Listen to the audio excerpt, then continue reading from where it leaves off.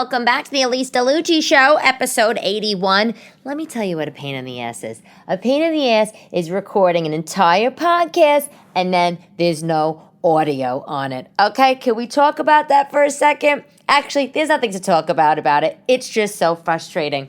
So I'm back, although you don't know that. You're just hearing me for the first time on episode 81. Anyway, fact of the day, Hawaiian Pizza was created in Canada by a Greek immigrant. Is that not hilarious? Pineapple and ham on a pizza. Yeah, it's a Greek thing and from Canada. Who knew? I went to this place a few times years ago in Manhattan called California Pizza Kitchen. I'm sure you know it. I think this is home of the Hawaiian pie. I would go there. It's like, this place is not pizza, and I'm not going to even dare to eat a bite of that. But I worked for a British company then, and these people, this was novel to them. Although, I'm not going to hate on meat with something sweet, because think of like a honey-baked ham with, the pineapple rings. Oh, delicious. Anywho, so I was at Caroline's on the 21st. That was really fun.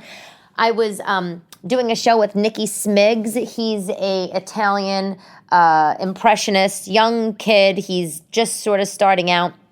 He's popular on Instagram, and I think he's on TikTok, and he does these impressions. He's from Chicago, and he had his New York show at Caroline's this past week, and he asked me to jump on and do a set, so I did. We had a great time, and let me tell you something, okay? There's nothing like Italian support, okay?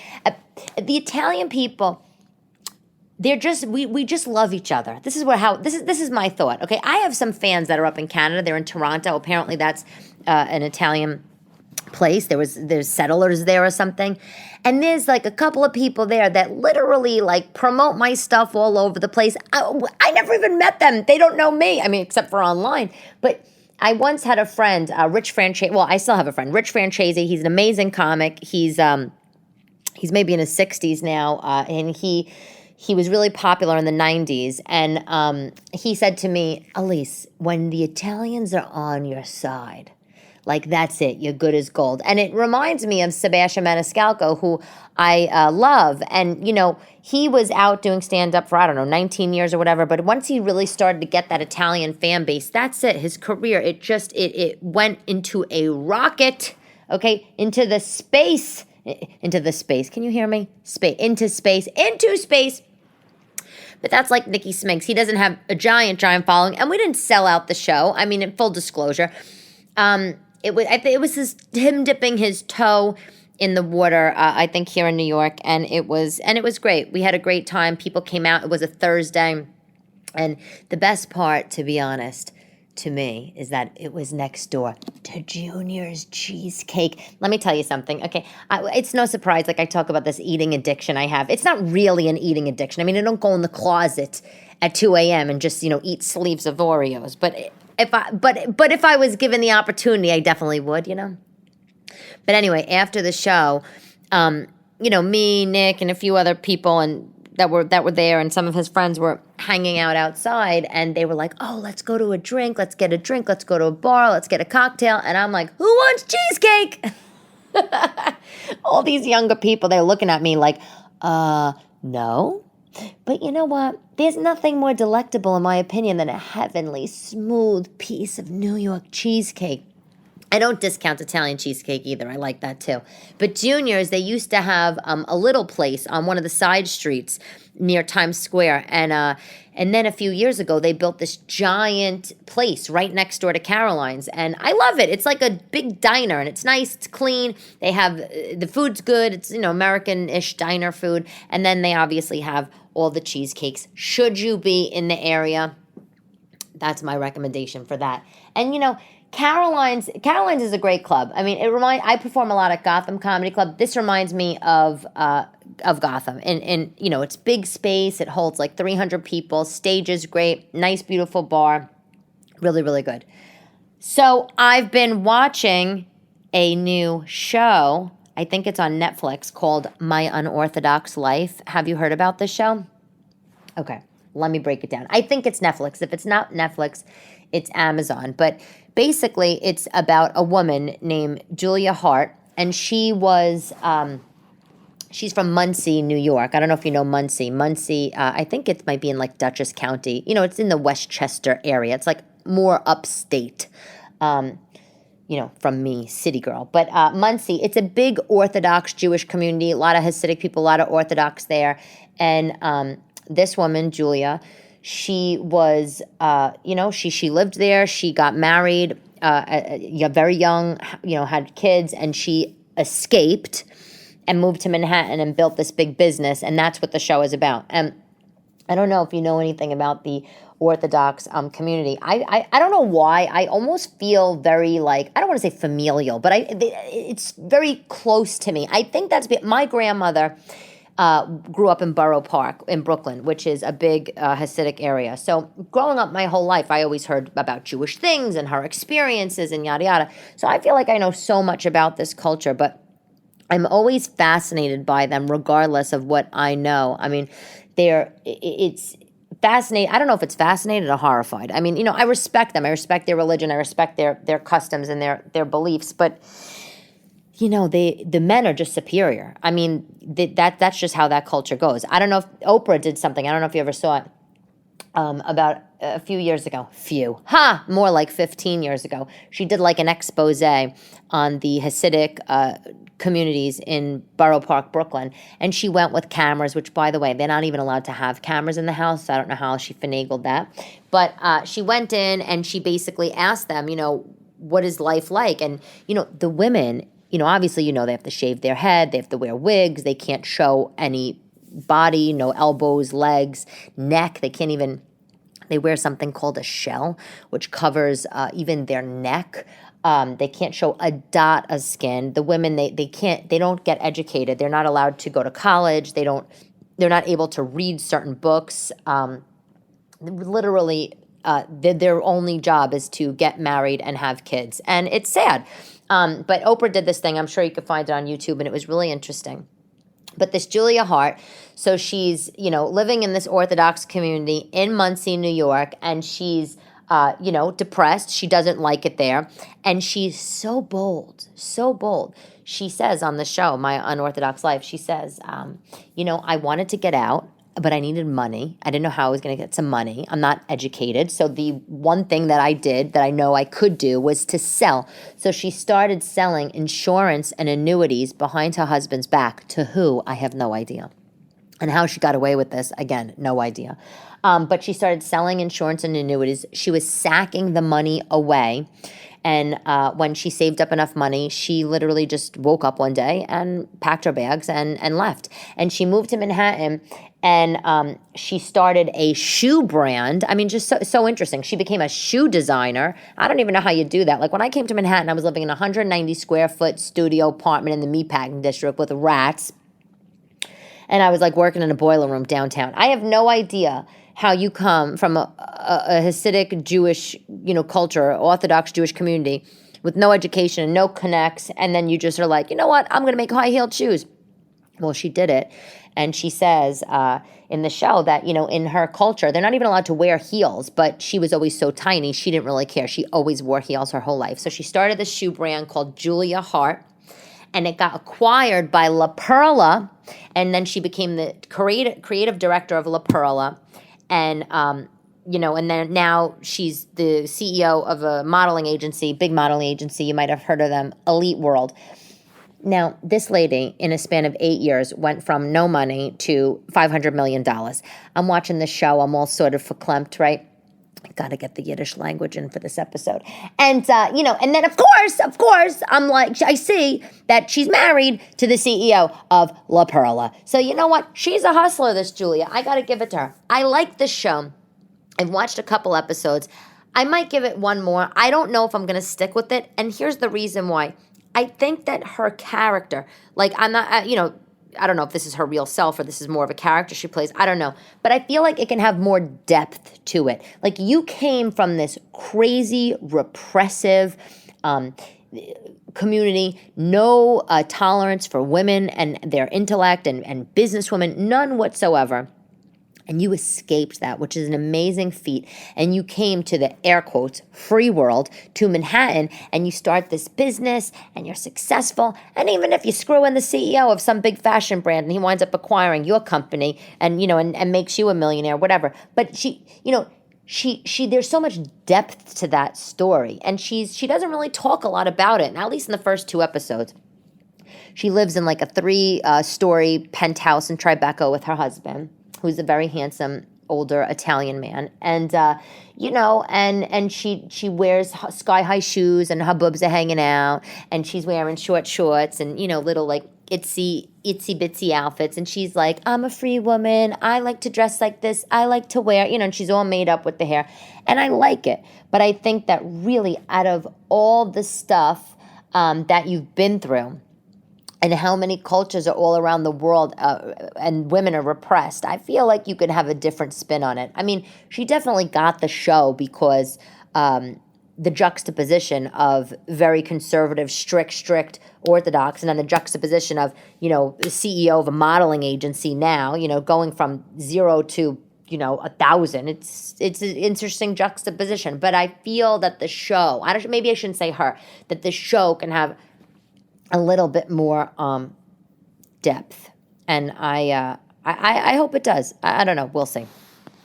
I took my kids to the Knicks preseason game, a couple weeks ago. We had the best time. I got like $7 seats. We sat in heaven. I had posted some pictures. It was great. They had a great time, and I forgot how fun. The basketball is for the kids. I like basketball. I'm not a big sports fan, but I like basketball. But they had a great time, and I'm thankful that the seats were $7 because everything else was like you needed to take a second mortgage out. A 16-ounce soda they wanted like $8 for. Can you imagine how ridiculous? A beer, God forbid, mommy needs a cocktail. $16 for, just some crappy, can of beer. But we had a great time. It reminded me like to just do more out-of-the-box things with them. I do, I take them to the museums and we do a lot of stuff in the park, and we go on a lot of walks, and we go, do painting and crafts, but not so much sports. And they absolutely loved. Anyway, all that cheesecake talk had me thinking about Halloween candy this year. Did you hear there was a shortage? I mean, is there not, there's a shortage on everything, right? In fact, I just did my Christmas shopping. Could you die? For my kids at least.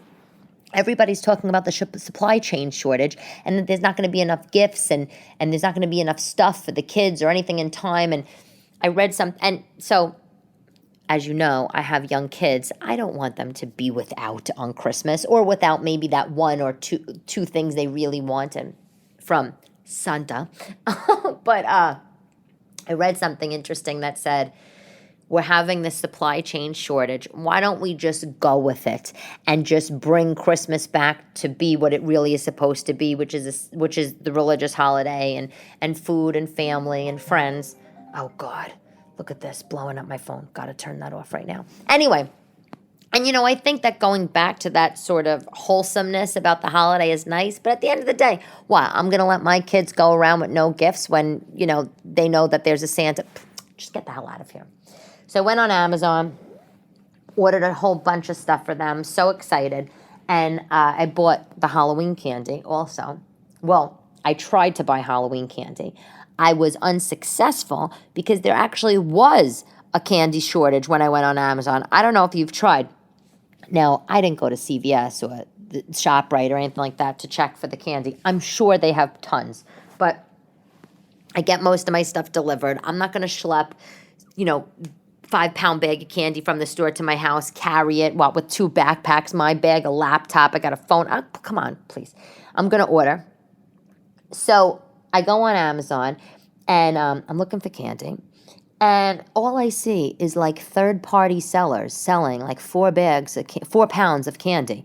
And it's like, no, I 100% am not buying 4 pounds of rogue, probably poisoned candy that shows up in a Ziploc bag. Are you crazy? Get the hell out of here.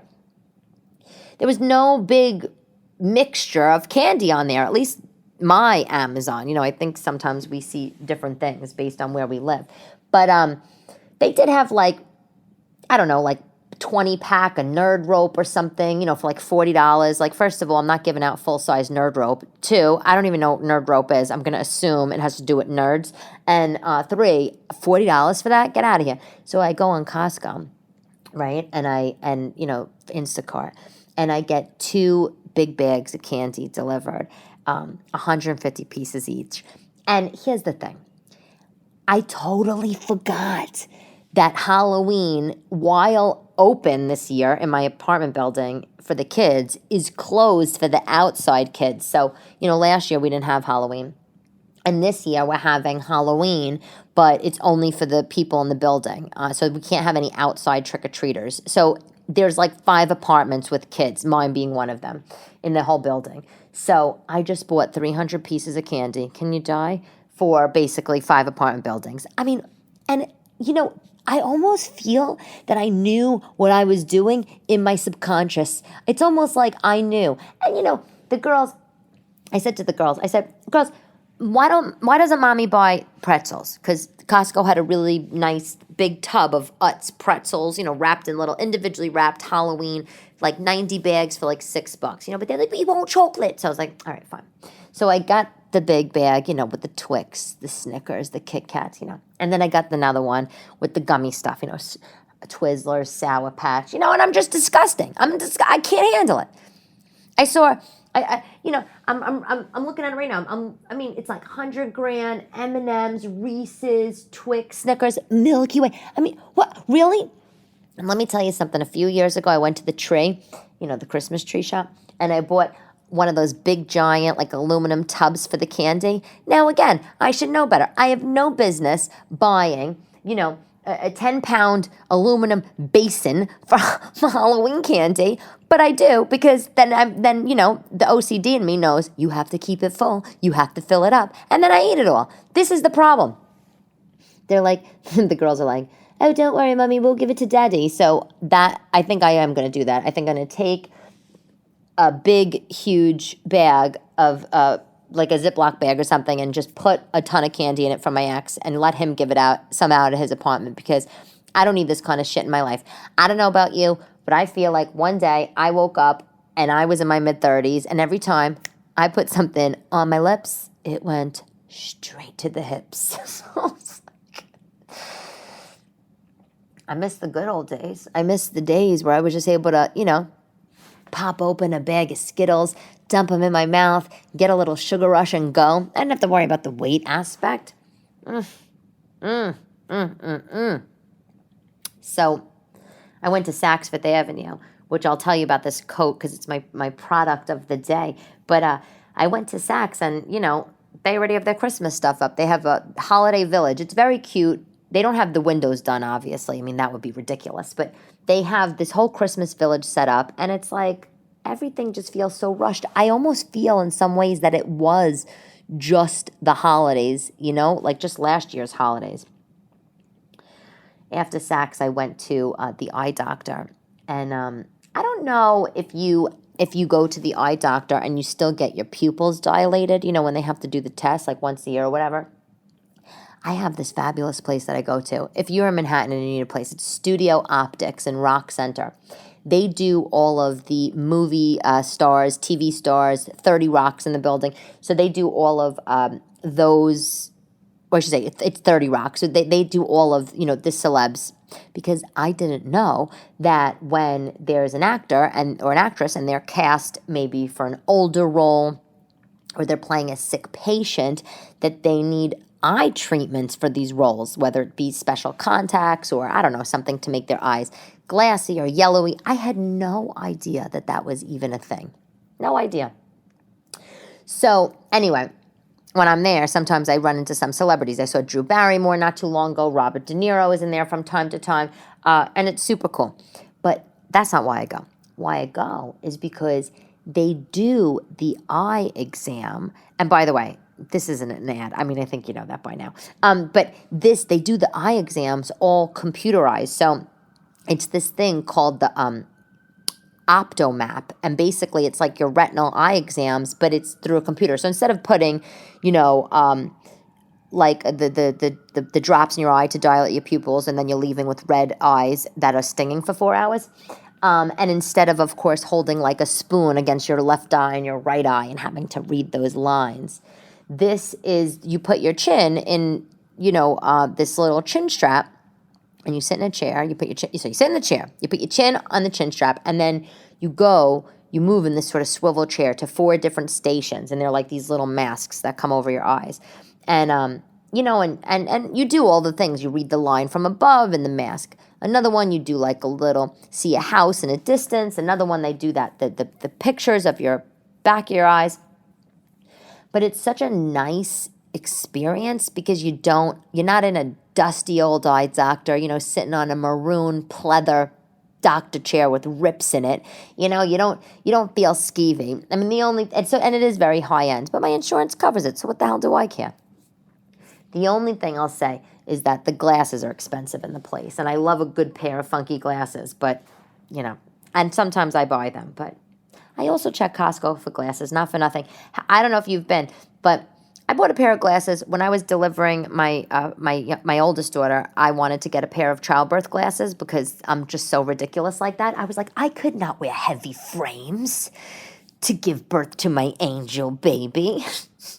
And I didn't want to spend a lot of money, so I went to Costco and I bought these like wire frames, like really cute, for like $30.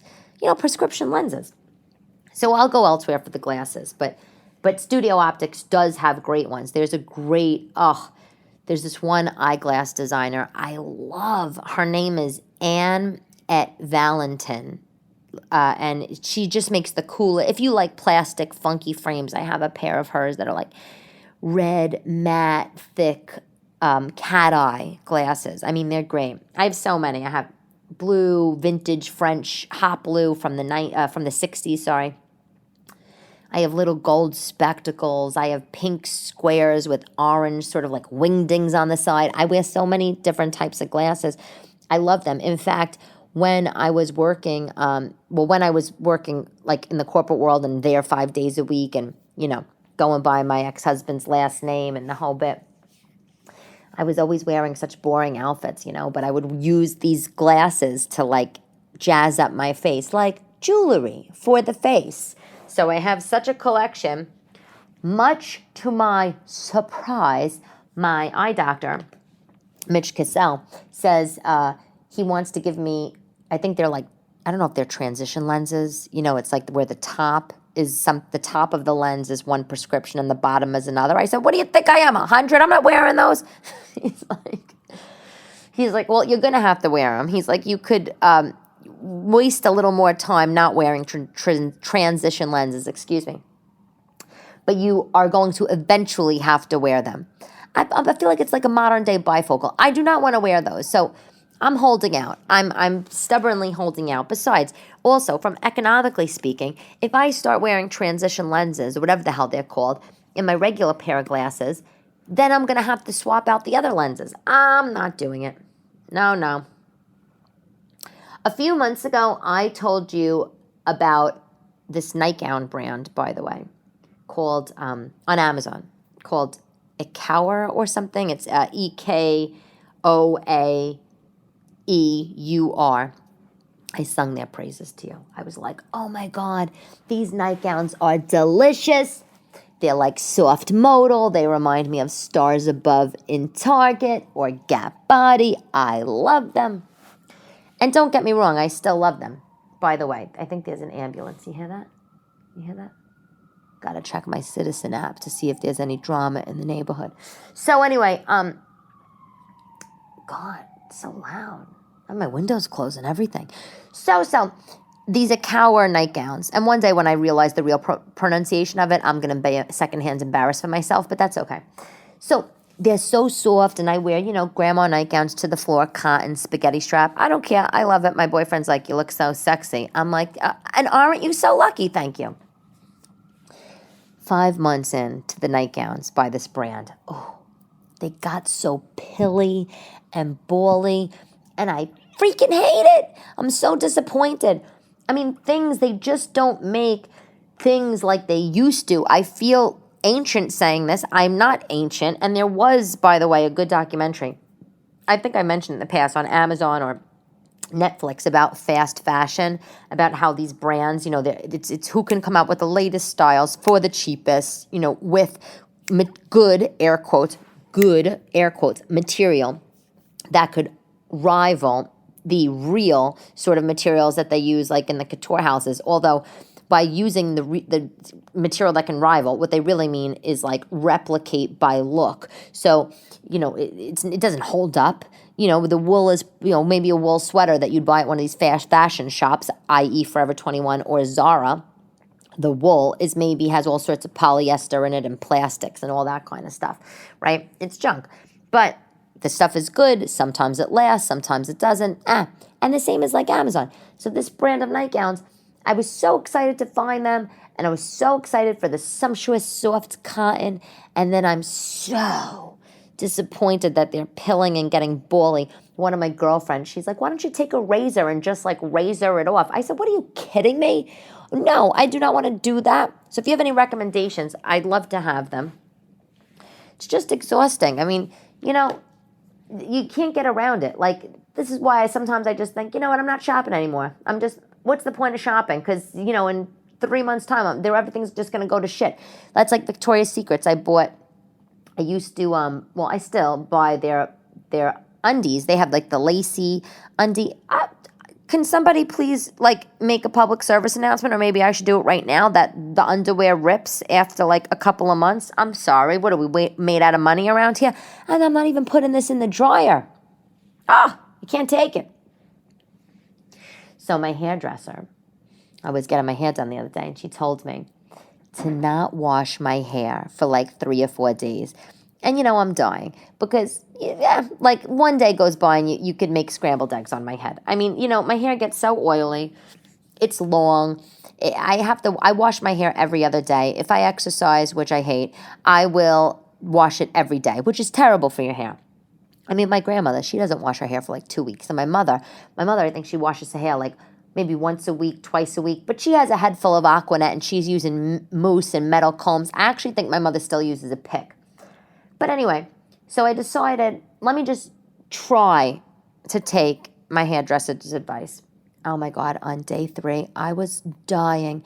I'm going crazy. I'm itchy. I feel like there's oily hair in my face. It's itching. I had to wear my hair half up, half down the whole time. And when I was home, I had it in like a high pony bun. Forget pony. I couldn't have the pony breezing by my face. I was so skeeved out. But I will say that she was right, because when I washed my hair on the 4th day, it was like sumptuous silk, like brown ribbons of chocolate silkiness. It was stunning. It really made me think that I should continue to not wash it and not wash it for a few days and really get into that kind of rhythm. She said that if you do that long enough, your body's pH kind of adjusts and your hair won't get as oily as early as maybe it did when you were washing it every day or every other day. But trick is to use arrowroot powder, which I have, so she's like, get some arrowroot powder, but she told me this ages ago, so I already had it. Get arrowroot powder and a barber's brush, that they use for the men when they're like doing the buzz cut, which any excuse to shop on Amazon, I'm in. So, of course I bought the special brush. I'm like, I needed a special brush. I needed this brush. No other brush will do. And when it's oily, you dab the arrowroot powder at your scalp. You like massage it with your hands for a couple seconds, leave it for 5 minutes, and you brush it out.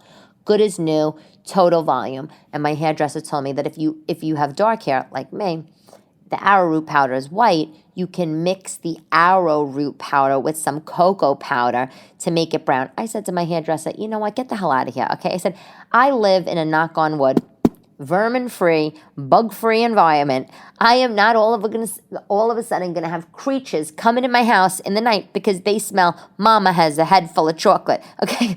Just to keep the oil away. Are you crazy? But it is a thing and people do it, but whatever. So hopefully I'm going to try this hopefully my oils will calm down, and I will try to continue this non-hair washing thing. But it is a little skeevy. I mean, on day 4, I was like, ooh, is my hair going to turn to dreads? My boyfriend's like, what are you, crazy? No, it's not. Meanwhile, he didn't even know a difference. I don't even care, though, if he saw a difference or not. It was me. I felt the oil. You know when you just feel it and you feel, oh, yuck. Okay. Product of the week is these coats. Okay, so full disclosure, I bought this coat and then I returned it for a fit reason. But the coat the brand is called Jane Post. So I was in Saks because I wanted to look through the coat section, and full disclosure, they had a gift card promotion that if you spent a certain amount of money, you're going to get a gift card. So I was like, it's a great excuse to shop there. So I go, and but I'm in the coat section because I'm going away on a trip in a couple months, and I wanted to get like a cute little wrap, jacket. Even though I have a wrap jacket already, I wanted to get like another one. And of course, I don't need another jacket. A few weeks ago, I'm just talking about Marie Kondo's, like, only keep the things that bring you joy. And here I am, like, I needed another wrap coat.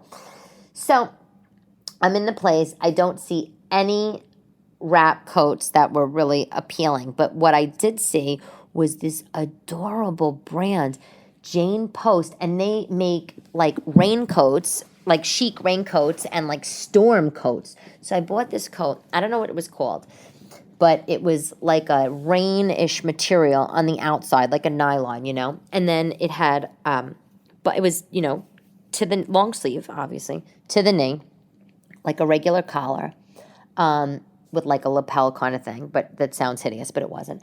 And buttons, and then it had brown, and it was black, and it had brown faux fur like on the lapel, and then it had like very wide faux fur brown cuffs at the wrist.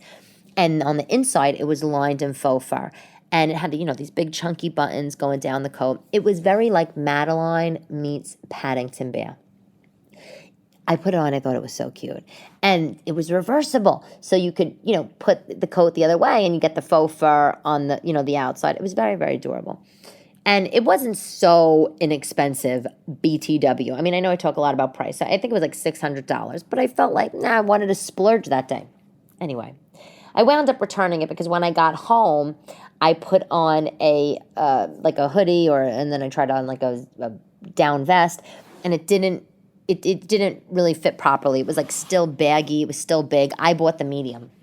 But the coat brand is so cute. They have, they made like a red patent leather raincoat, a yellow one, a black one. It was adorable. And the best part, and again, not an ad, the sizes, they go from 2 to 24, which the salesperson told me. I didn't even know. The salesperson also told me a few seasons ago they had a lavender patent leather rain swing coat. I mean, so gorgeous. I would have died to have that. You could find a few, I think, on Amazon, but but Saks had the biggest selection that when I was in the store. So they were cute. It was sad I wasn't able to keep it, but you know what? I don't need another coat. I actually have a very handy, reliable raincoat from Uniqlo that comes down to the knee, and it has a hood. A really good hood that really kind of covers your whole face and your cheeks and everything, and a zip, and the zip comes up to like your lips, and it's like $70 if you look on Uniqlo. They're great. But this Jane Post coat, so cute. I loved it. Anyway, on the fashion note, I just have to say thank you to my listeners who came to my comedy show, or the show I was on, and they made me a shirt. Can you die? They got me a leopard shirt from the Gap. They know I love the Gap. And because it's just reliable and it's comfortable. I mean, really, come on, let's be serious. And I think they use like the cricket and they put like a decal on it and it says the Elyse DeLucci show, and I totally love it. And I would post a picture of me wearing it on Instagram, but I can't because Instagram blocked me. Can you imagine this fucking shit? Last week, TikTok blocks me because I posted about Columbus Day. This week, or 2 weeks ago, this week, or now maybe maybe 4 or 5 days ago, Instagram blocked me because I had I unfollowed a few, so I'm on my account, right? I'm on Instagram on my cell phone. And I noticed that I was following a couple of rogue, I think like 3 or 4, really like rogue, weird, like crypto, finance, brokers. I don't even know how I started following these people. I think my kids might have took my phone and push follow or something. So I unfollowed these accounts really fast. It was like unfollow. And all of a sudden it pops up. It's like a millisecond. What pops up is a bubble, and it says, you've violated our community guidelines. You're not able to go on Instagram till October 27th. And I'm freaking out. I call my sister Gabrielle. She's like, oh my God, that's great. Use it as a social media vacation. I'm like, vacation? I don't want a social media vacation. I want a vacation that involves palm trees and coconuts. I want to be on Instagram. That's exactly what I want. My business is on there. So I'm so sad, but I wasn't able to so I'll be back on Insta soon. But I wasn't able to post about the beautiful leopard shirt, and I just love it. And I can't wait to wear it and show everyone because it's just so cute. Moral of that story is don't follow and unfollow very, very fast because, or at multiples at a time or something because, God, the thought of getting banned is terrible. It's just, anyway. Quote of the day by Sigmund Freud. I'm not always the biggest Freud fan. I think he does all these Madonna whore complex stuff, but this quote is just so great because we all can relate to this. No matter who we are, we can relate.